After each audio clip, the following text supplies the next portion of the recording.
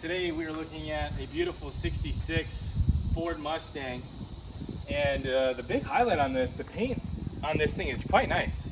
I mean, I searched the car looking for some imperfections. It's not much. Body lines are good. Paint itself is super solid. You don't have really any spider webs. I mean, they definitely took care of it. It probably was always hand washed. Just a beautiful, beautiful car, especially with the nice chrome. Bezels are in good condition as well. It's also a true C code, so she has a 289, and I believe they're pushing out about 200 horsepower back in the day. Interior though, we have the 2x2 pony interior, which is a great little upgrade. Love these seats. You can see the stitching of the Mustangs here on the rear of the seats. Really pretty.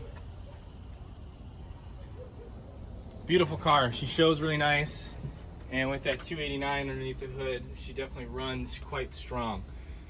And that's what we want out of our Mustangs. We want a nice car that we can enjoy, that we can cruise around in, not worry too much about. So let's go ahead and crank her up, and we'll go for a spin. Okay, sounds good. Some fun.